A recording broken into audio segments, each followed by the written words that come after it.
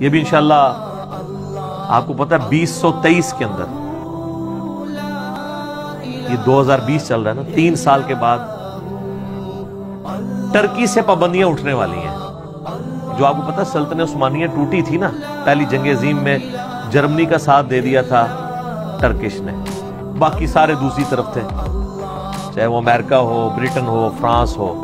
تو پہلی جنگ عظیم میں جرمنی کو شکست ہوئی، اس کی وجہ سے ٹرکی بھی ٹکڑے ٹکڑے ہو گیا، ورنہ تو سب سے بڑی ریاست دنیا کی یہی تھی.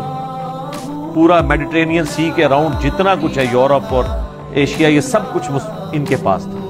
عراق ان کے پاس تھا، حرمین ان کے پاس تھا، فلسطین سے لے کے مصر، الجزائر، یہ سارا آدھا سمجھ لیں افریقہ بر اعظم، یہ سب سلطنت عثمانیہ تھی. اتنی بڑی کوئی امپائر نہیں تھا کہ ابھی ٹوٹی.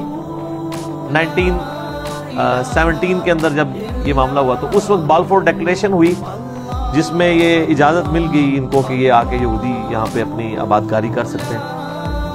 اس وقت پھر کرتے کرتے 2025 کے اندر آپ کو پتا سعودی حکومت آ گئی تھی، 1925 میں 1925.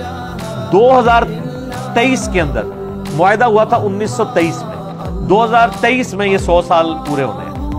تو جب یہ 100 سال پورے ہوں گے تو ٹرکی سے کئی ایک پابندیاں اٹھ جائیں گی. اور یہ سعودیہ میں جو آج کل گھڑبڑ ساری جاری ہے، اسی وجہ سے ہے کہ آل سعود کو صرف 100 سال کے لیے حکومت ملی جی. اب وہ پابند ہے وہاں پہ ڈیموکریسی لانے کے، ٹھیک ہے جی، وہ ان کو دستبردار ہونا پڑے گا اپنی اس حکومت سے. تو اسی لیے تماشے کرواتے رہتے ہیں.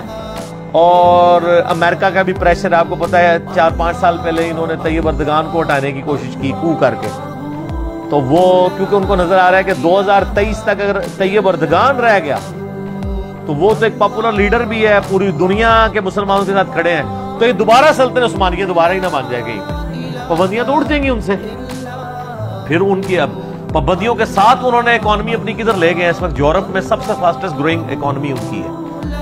اور آپ دیکھیں دنیا میں مسلمانوں کے اوپر جب بھی برا وقت آتا ہے، باقی تو سارے بگی بلی بنے ہوتے ہیں، ابھی وہ پابندیاں اٹھی نہیں ہیں تو آپ ان لوگوں کا کانفیڈنس لیول دیکھیں. اچھا ٹرکش جو ہے نا وہ یہ بڑی دلیر قوم ہے، یہ تاتاریوں کی اولاد ہے، اصلی بھی تاتاری ہے پیچھے، ظاہر ہے یہ مغل ٹرکش یہ سب تاتاریوں کی اولاد ہے. اس لیے آپ کو انہیں نہ کہہ دیو کہ وہ احمد شاہ رنگیلا بھی ایسی وچ بزدل بھی ہوندے نے، لیکن اوورآل یہ دلیر قوم ہے جو تاتاریوں کی اولاد سے. اس لیے انہوں نے یہ سلجوکی تھے جو پوری دنیا کو تلپٹ کر کے رکھا، بھی تاتاریوں کی اولاد. ڈاکٹر اقبال نے اس لیے تو کہا نا کعبے کو مل گئے پاسما صنم خانے سے، تو وہ تاتاریوں کے بارے میں بات کر رہے تھے. تو یہ پابندیاں جب اٹھنی ہیں تو پھر ان کے لیے بن جانی ہے مصیبت.